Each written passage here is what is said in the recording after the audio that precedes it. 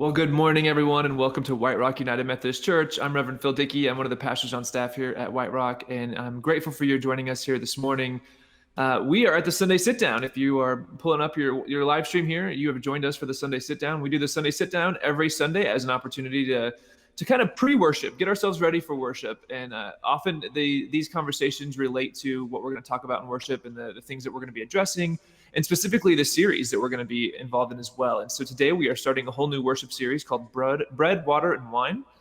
It's going to be a look at sacrament, and it's a series on sacrament. And we're going to start this week by looking at community and how important community really is to who we are as a church, and what the value and importance of that is for the ability to do sacrament as a church. So I'm really excited to start this series. It's going to be a really deep dive, specifically next week on baptism, and then on October 4th on communion. And so each week we're going to start here with the Sunday Sit Down. We're going to have guests that are going to come talk about different aspects that tie specifically to that idea of sacrament. And so next week we're going to have some people from Shade and Fresh Water, which is going to be a really cool organization to learn about from Brazil.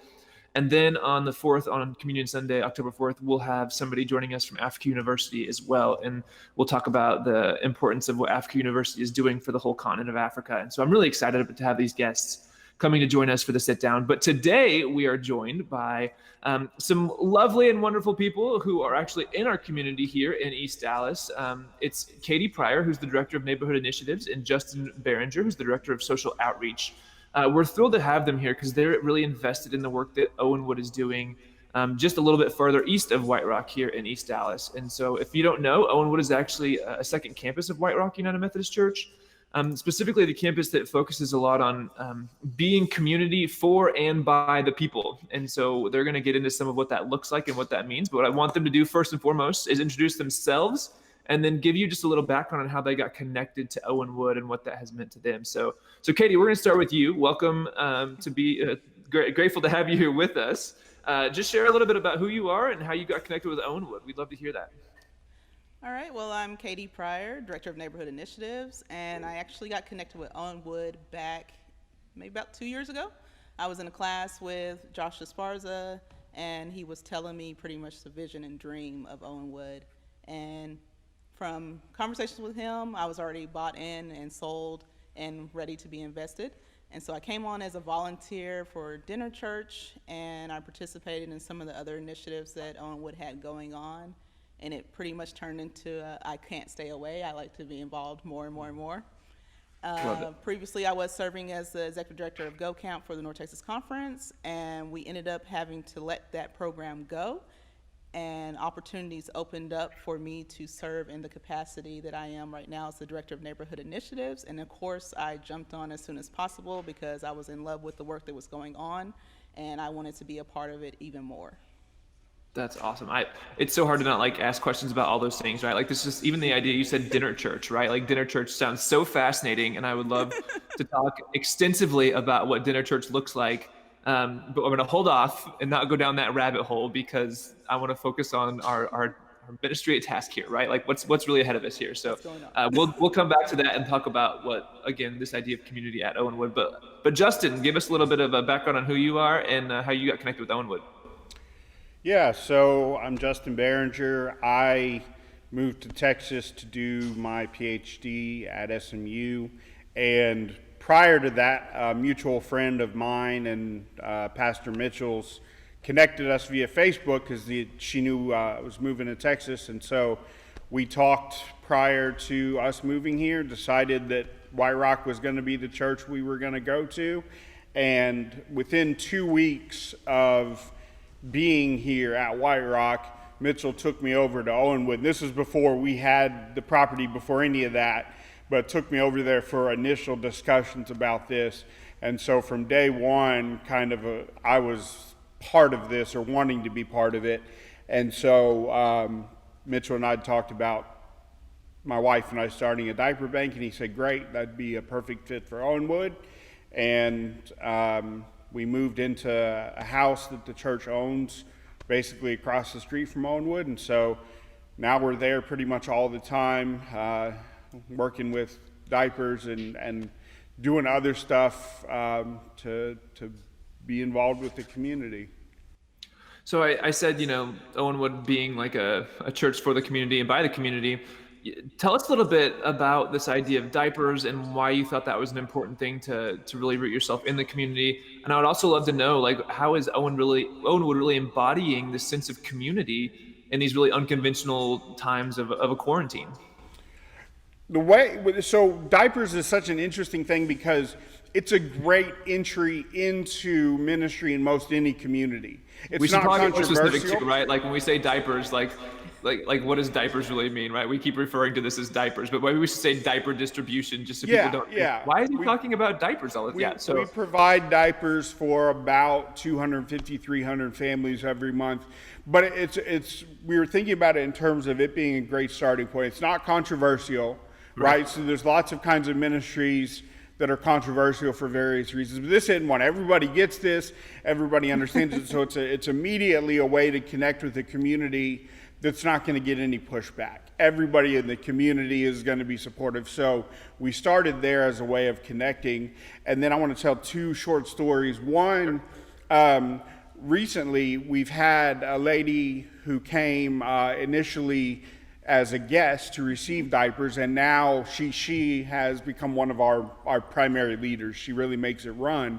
But what we found out recently is that other people she's met through handing out diapers, she started mentoring other women and discipling them. And so they'll actually come with her to help package and put diapers on shelves and all of that during the week. And she will mentor them, talk about parenting, talk about life. So we're seeing that kind of community building up. And then another one of our guests who only speaks Spanish and one of our volunteers who pretty much only speaks English, they made a connection and somehow got to understand that the particular volunteer loved cats. And so this guest got our volunteer a blanket with a bunch of cats on it. And it seems like kind of just a trivial, silly thing in a way, but it's just a way of demonstrating how these bonds are being built even across cultural and language barriers and all of that. I could tell a million stories, but those are two that stand out to me. I love that.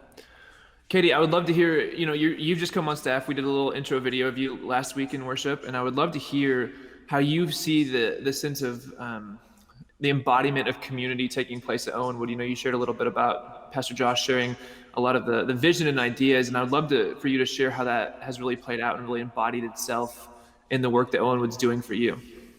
Yeah, so talked about Josh explaining the vision to me and then seeing it in action from dinner church to diaper distributions. I volunteered a couple times out there as well. And just to see the community line up and come together, because if you've ever been to one of the diaper distributions, you'll see that the cars are there early in the morning, and they're all the way down the street, and it's not an angry or aggressive, like, let me get my stuff situation. We're here patiently waiting and grateful for the things that we do receive. And Justin mentioned the two volunteers I got to meet last month, and it was just amazing to hear how you started off receiving from diaper distribution to volunteering and also mentoring and spreading throughout the community. Some of the other stuff I've been involved with is the community garden, and so coming out there early in the morning and just seeing your different community members just participate and get knowledge on how to grow and harvest, and just pretty much almost like a family morning worship. I don't know if y'all do camp life, but like morning watch is almost what community garden seems like. Yeah, okay, tell me more about this community garden, because I love the idea of this and the concept of it. And I heard a little bit kind of along the way that Josh was telling me here and there of what was happening with community garden. But again, we're talking about this series, bread, water, wine, right? And obviously bread is representative of more than just like a loaf, or there's something that happens with food and the idea of breaking bread. So what's the kind of behind the scenes, what's the idea behind having a community garden there? And how does that play into the community? So behind the scenes, it's pretty much just making sure people have access. And so the large issue that you see within communities, especially if you know Far East Dallas, that it's pretty much a food desert. And so giving that piece of education on how to plant your seeds properly and like what crops need to go into the ground in what season. And it's almost, I guess I would have correlated to the IKEA project. And so if you put it together yourself and you come and water and you invest in it, it's that much better. And so just watching them learn to plant carrots, which is the annoying little seeds that you have to drop, and getting the measurements correctly. But when you get to the harvest point, is that I saw that, I watered that, I grew that, and we will have this gathering together. And so it's not just this is my food, it's our food. You just compared a community garden to IKEA, didn't you? I did. That's amazing. Like, that makes me really happy. You know, it's like IKEA, but you just can't pick it up and move it either, right? It all falls apart if you try to pick it up and move it. It just doesn't work. Okay, so Justin, you've been there a little while. Well, I guess maybe you guys have been there about the same amount of time, but I would love to know just like what really excites you and what gives you a lot of energy in life around what you're seeing take place at Owenwood. I'm excited. I said this about potential. So there's lots of good stuff going on, but it's always there's something on the horizon that's, so we're watching the farm grow, the community garden is growing, the diaper distribution is growing, we've got new community partners that have just moved in. There's always like this next thing. And I realize there's a potential there to sort of love the vision of the community more than the actual community that you have, like if you're looking too much in the future. But I'm excited because we both have a community now that we can love, but we also have virtually unlimited potential for what could go on in this place because of the property and because of the people involved. We could just do a million other things, and we've talked about doing a million other things, and a lot of those things are getting movement, and some of them have fallen to the side, but we just keep plugging along. I'm excited that there's going to be more stuff for seniors, for people looking to learn English, just all kind of things that are going to be going on or are going on currently. Is that some of your role with being the director of social outreach? Yeah, so I'm trying to, part of what I'm trying to do is make sure that what we have in every aspect is hospitable. Hospitality, Christian hospitality is a super important tradition that I think the church has largely lost, at least the church in our neck of the woods. And so looking at how everything, I talk about us operating on an ethic of inefficiency, which seems counterintuitive because most people think, well, if you're serving 300 families or you're teaching all these people English or you're growing a community garden, like that you need to have like efficient processes in place. But we say that, it's got to be inefficient because building friendships and building communities is not an efficient process. It's not assembly line. Say that thing again, because I think that's such an important thing to remember, especially here in the midst of a quarantine. Say what you just said again about building community. Yeah, so building community and building friendships is just not efficient. And so thus the kingdom of God is inefficient as far as I'm concerned. That's such a powerful word message. I mean, in the midst of not only a pandemic, but also in the midst of just this, pick yourself up by your own bootstraps and capitalism and all these things, to say that who we are as a community is rooted in the idea of inefficiency, probably hits people really awkwardly, right? And says, well, that doesn't make, like, kind of like you said, like, that's a really interesting statement to make about who you are as a community. And I so value and appreciate that, because as I think back on the relationships that I have and the communities that have been the most transformative for me, there's nothing efficient about them, right? It's terrible times of the evening or like night having to help people that are in need. And it's, there's nothing convenient or efficient about it, but it's the best work that's there, right? There's nothing that compares to it. I love that so much. Katie, I would love to hear what you're excited about. I know you're just coming on staff there, but you've been involved for a while. Like, what is it that's really, when you wake up in the morning saying, like, this is why I get to go to work and I love this?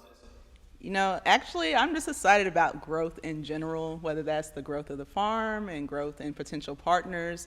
As Justin mentioned, we partnered newly with Aspire, which is over our adult literacy program, and also they'll have childcare options on site as well. And I'm super excited about how the community and our neighbors and family and friends showed out for North Texas Giving Day. Yeah. Initially, we set our goal, and in the beginning of early giving, I was like, Josh, I don't know if we're going to make it.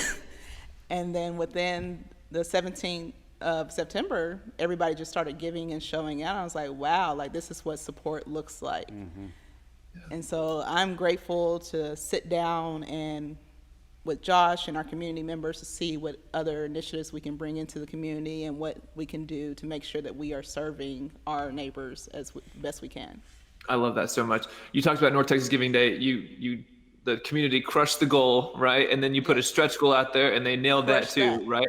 And it was a matching grant for it too. So what a wonderful celebration to have for Owenwood.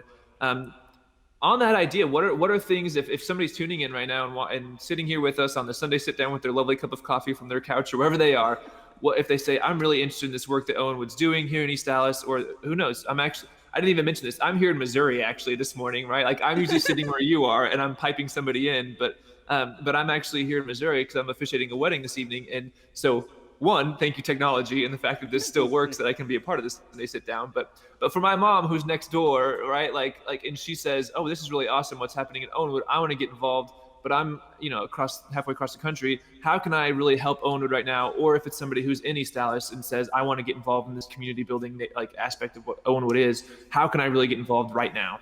Yeah, so halfway across the country, I suggest you go to our website, owenwood.org, and you sign up for our newsletter, and that's the way that you can keep up with what we're doing and how we're serving and what we're potentially thinking of growing. And for those who are close and local, I suggest that you reach out to Justin or myself, and you can sign up for diaper distribution, as he's talked about. And as well, Aspire does take volunteers, and so you can reach out to them to volunteer. And we're always taking donations at any point in time, and I'll let Justin touch on that a little bit as well. Sure. Give us money. When in doubt, give us money, right? Like that's a simple part.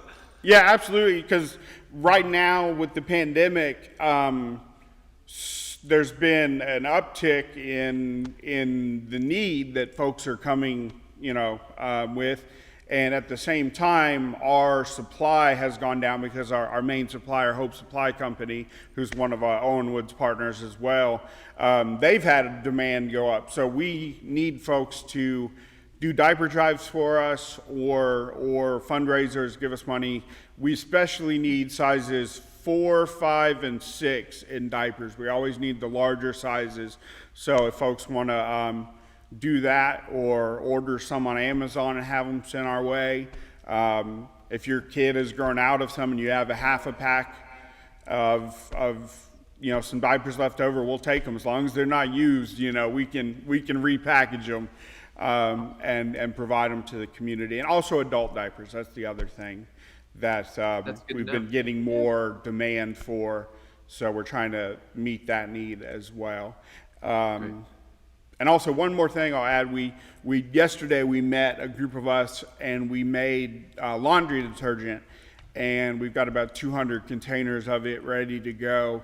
And so if folks want to get involved, check with us on when we're having volunteer days, not just for distribution, but for other aspects of this ministry as well. We've got to do a lot of prep work every month to get to that one morning where we hand stuff out. So throughout the month, we need people's help.